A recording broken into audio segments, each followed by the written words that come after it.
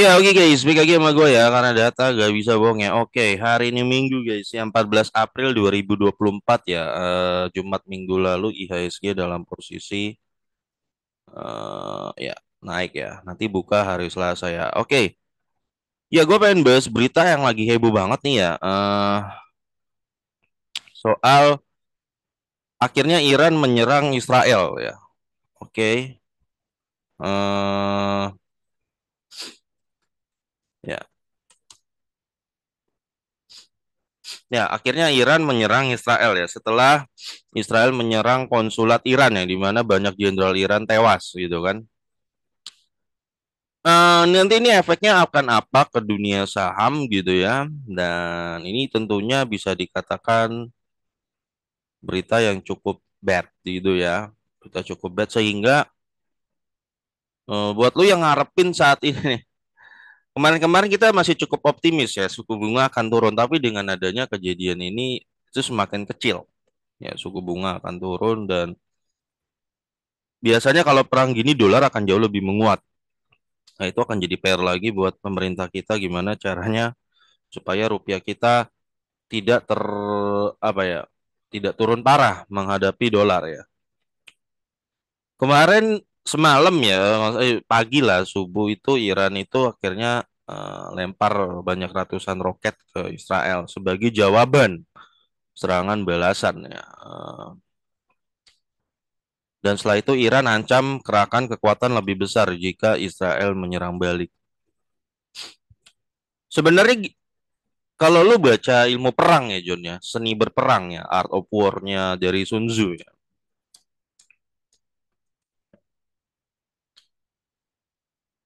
Ini sebenarnya perang itu nggak sesimpel banyak perkiraan orang gitu loh, sesimpel hanya masalah dua sisi gitu loh ya. Misalnya, oke, mungkin ada faktor agama di sini, iya, of course, ada faktor agama, ada faktor politik, sosial, tapi sebenarnya jauh lebih kompleks daripada itu, John ya. Cuman masyarakat kita kan masih dunia umumnya, bukan hanya kita, dunia umumnya mengira ini perang ini mereka yang terjadi di Timur Tengah itu suatu yang simpel, padahal enggak gitu ya. Sebenarnya yang dilakukan Iran itu benar ya, secara ilmu perang ya. Ya. Iran itu selama ini menggunakan proksi seperti Hamas dan Hezbollah, Hizbullah ya, untuk ngancurin Israel. Nah, ya. Iran punya misi menghancurkan Israel, betul ya? Betul. Tapi Iran pinter, dia secara ilmu perang dia paham. Gua nggak mau pakai tangan gua nggak mau ngorbanin rakyat nggak mau. Gua nggak mau pakai tangan gue cukup kasih senjata aja ke mereka, Hamas dan Hezbollah, biar Hamas dan Hezbollah yang hancurin Israel. Ini benar secara taktik perang, lu gunain tangan orang lain. Ya. eh nah, Iran beranggapan Israel takut. Ini asalkan Iran punya anggapan Israel tuh takut. Ya. Memang selama ini lumayan kita bisa melihat Israel lumayan jeri lah, lumayan takut terhadap Iran ya, cukup takut lah. Tapi sebenarnya Iran juga jeri kalau mau perang langsung. Dua-duanya sebenarnya sama-sama jaga jarak. Ya. Jadi Iran terus menggunakan proksi mereka untuk ngabrak-ngabrik Israel. Ya, sampai Israel sekarang kondisinya seperti ini kan, digempur sana sini. Balik lagi, Iran beranggapan Israel takut serangan frontal kepada mereka. Basically akan berpikir panjang ini Iran. Cuman kejadian yang tak terduga, kelihatannya John, Israel tuh capek. Ini menurut gue ya, ini Israel itu capek ngadepin proksinya Iran. Capek ya, capek. Karena dia capek, akhirnya dia udah hitung matang-matang, Israel siap perang skala besar dengan Iran. Kali ini benar, dia benar-benar siap. Dia capek, udah capek ngadepin proksinya. Dia sekarang mau serang induknya. Ya, akhirnya kemarin dikasih pesan serangan di konsulat Iran ya. Banyak jenderal Iran mati, tewas kan kena itu. Itu pesan langsung Israel ready maksudnya. Itu ready. Ya. Kenapa ini semacam perang psikologis ya? Ketika serang konsulat Iran itu psikologis buat ke Iran sendiri.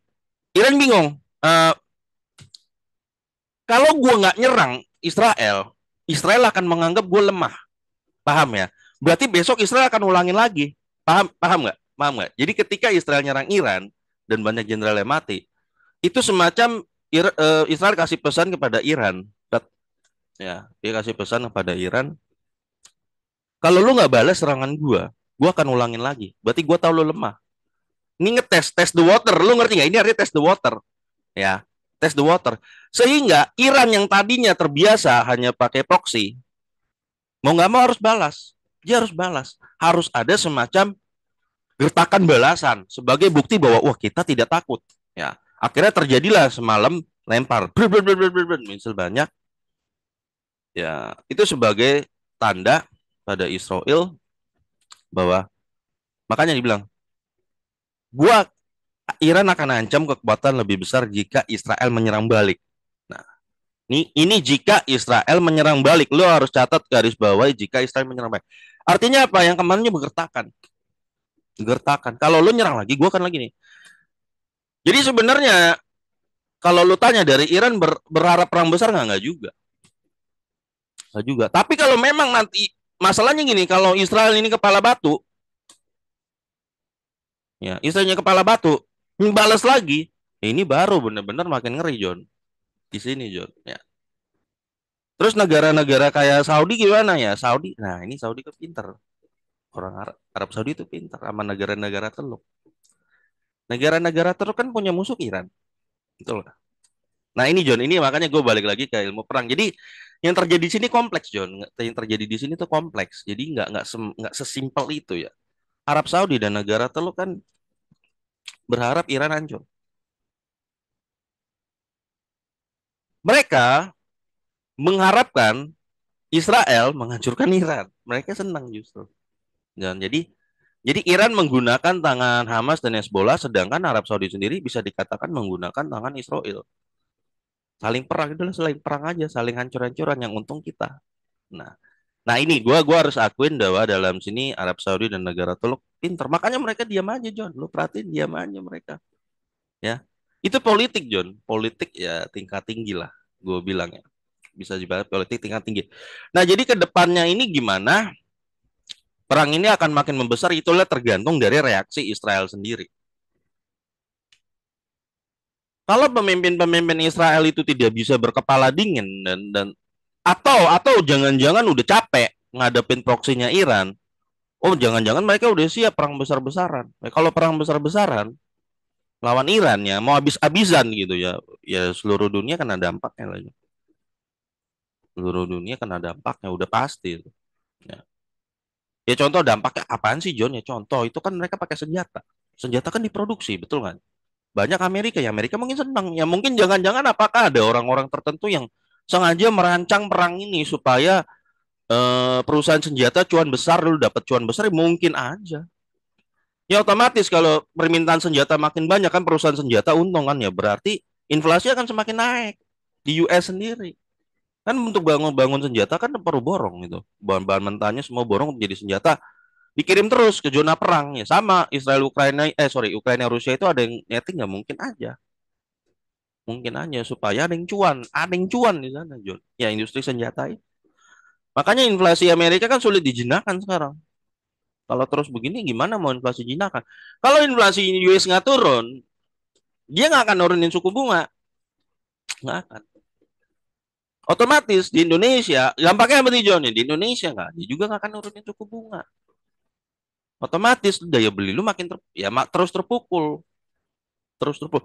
Malah kalau lagi perang gini ya, kalau memang Israel balas serang lagi, ya biasanya kan kalau perang kan orang cenderung simpen dolar. Ya dolar makin kuat. Betul nggak? Dolar makin kuat. Rupiah makin melemah. BI akhirnya pusing tujuh keliling kan. Pusing tujuh keliling akhirnya dia harus naikin suku bunga. Naikin suku bunga ya. Lu yang punya cicilan banyak yang di bank ya tambah gede. Tambah gede bayarnya ya daya beli makin melemah. Ya, of course. Ya itu dampaknya perang. Yang ini makanya jangan sampai terjadi. Jangan sampai terjadi. Ya. Tadi gue baca berita juga.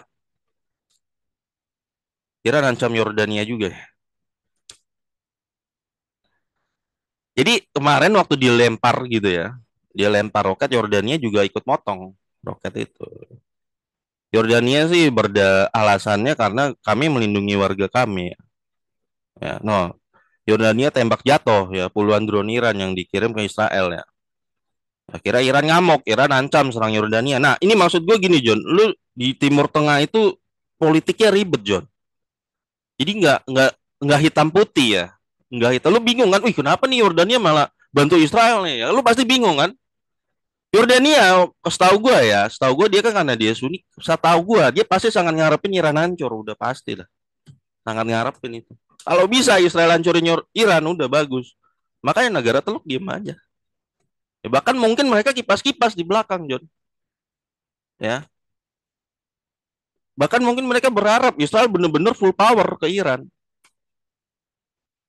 Bersih. Nah ini John, dalam dunia seni berperang tuh, lu pakai tangan orang lain untuk ngancurin. Lu bersih, rakyat lu nggak kena. Ya, ya Iran tuh udah benar sebenarnya. Iran tuh pinter ya. Dia kasih senjata ke Hamas dan Hezbollah. Hezbollah aja tuh mereka yang perang. Di mereka negaranya anteng. Ya demikian. Tapi si Saudi dan Teluk dan negara lainnya juga sama, melakukan politik yang sama, teknik yang sama. Ya. Kalau Israel nggak bisa melakukan itu. Orang dia yang diincer. Kan dia yang paling gincer dia. Jadi dia nggak bisa ngapa-ngapain juga. Nah, jadi dampaknya kalau memang ini terus ya, otomatis harga gas ya. Tadi gue baca, ini crude oil udah mulai naik ya, sama brand ini. Ini bisa ke $100 ya. Ya, kalau lo baca berita, bisa ke $100 nanti harga minyak. Ya, 100. Terus otomatis nanti batu bara pasti ikut lah. Ya, pokoknya lo yang pegang saham-saham energi, semua akan terdampak. Eh, bisa dikatakan di suasana genting itu yang paling dicari orang lah. Ya, otomatis lo yang pegang saham gas segala macem ya, minyak, batu bara itu akan cuan. Jadi kemungkinan Selasa dibuka mungkin crash ya, crash. Tapi mungkin sektor energi akan naik mungkin. Menurut gua ya dengan adanya berita seperti ini. Ya, itu kalau sudut pandang gua pribadi. eh Akan banyak sering crash ya. Ya, ya ini mirip kisah kisah kemarin Rusia versus Ukraina kan, waktu perang gitu kan. Ya. Tapi bisa terjadi nggak tahu-tahu batu bara itu meledak kayak kemarin, bisa terjadi sama gas bisa aja waktu terjadi perang Rusia Ukraina kan begitu ya. Ya nanti lihat aja ya. Israel berani balas balik ya, ya serangan Iran itu. Perang itu paling bahaya ya John ya kalau terjadi di negara sendiri. Itu kalau dalam seni berperang itu harus dihindarin.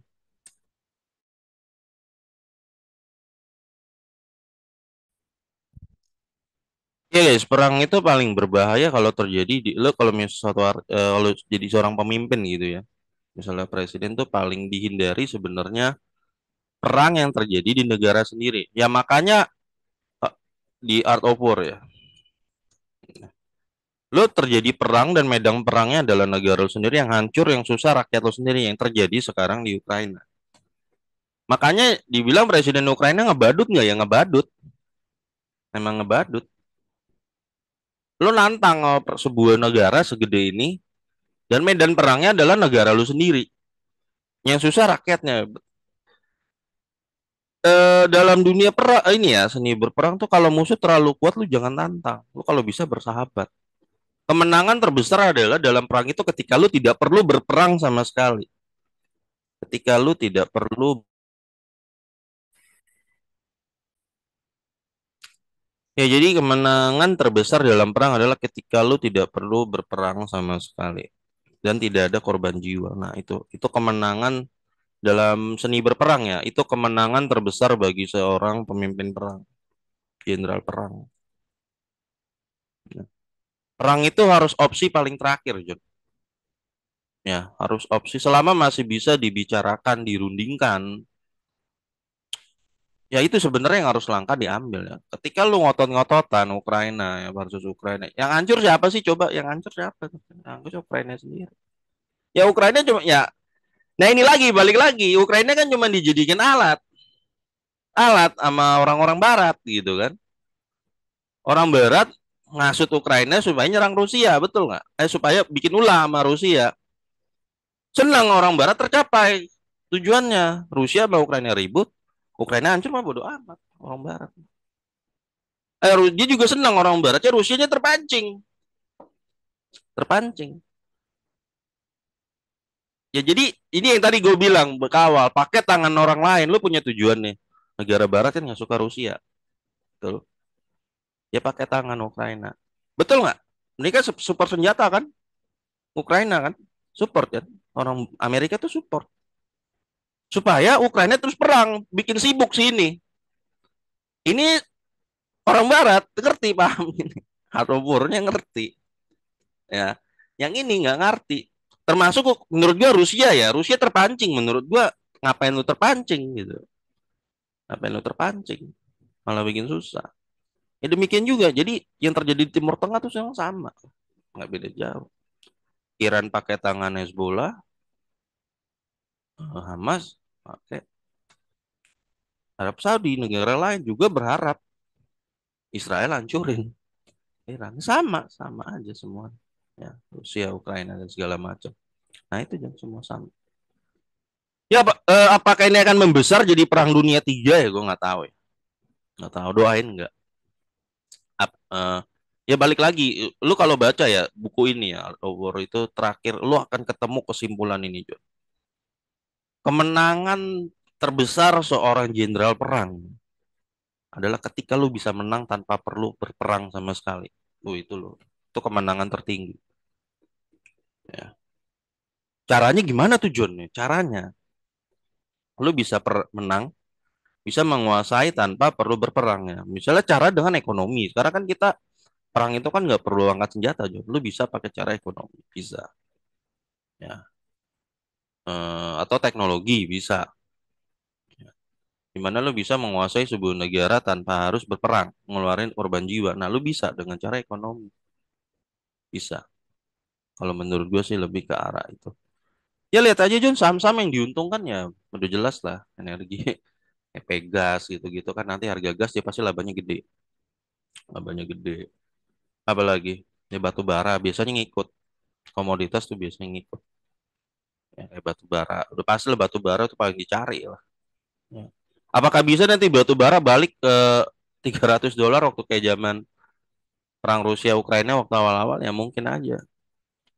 Ya. Mungkin aja itu bisa terjadi. Tapi lihat aja. Tapi kalau gue pribadi, semoga nggak pecah deh Jun. Kalau gue. Ya. Oke ya, sampai ketemu lagi di video gue berikutnya. Ada data nggak bisa, Bang.